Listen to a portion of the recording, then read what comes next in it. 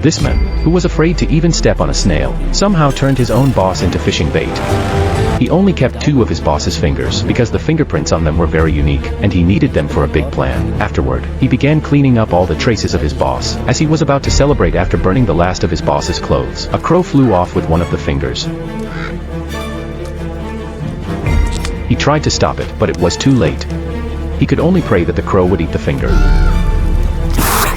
For the first few days, everything seemed fine, but it wasn't long before the boss's other finger started to rot. Meanwhile, since the gang members hadn't seen their boss, they started to suspect him. So, the men used the remaining finger to make a mold. After confirming the mold was perfect, he was so pleased with himself that he decided to get a good night's sleep. Just then, a gang member called him, seeming to have urgent news. Little did the men know, a pistol was pointed at the member's head at that very moment. When the men arrived at the location, it had already been cordoned off by the police.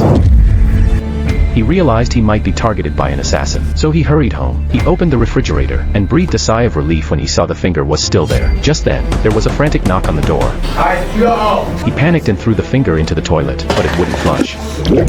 He quickly picked it up and put it in his pocket. By this point, the assassin had already broken down the door. The man had no choice but to feign calmness and greet his dog. The assassin demanded to know where the boss was. The man lied, saying the boss had just left. The assassin of course didn't believe him, and began searching the house. The dog seemed to smell its owner, and began moving toward the man, who kept backing away in fear, fearing exposure. In a crucial moment, he fed the boss's finger to the dog.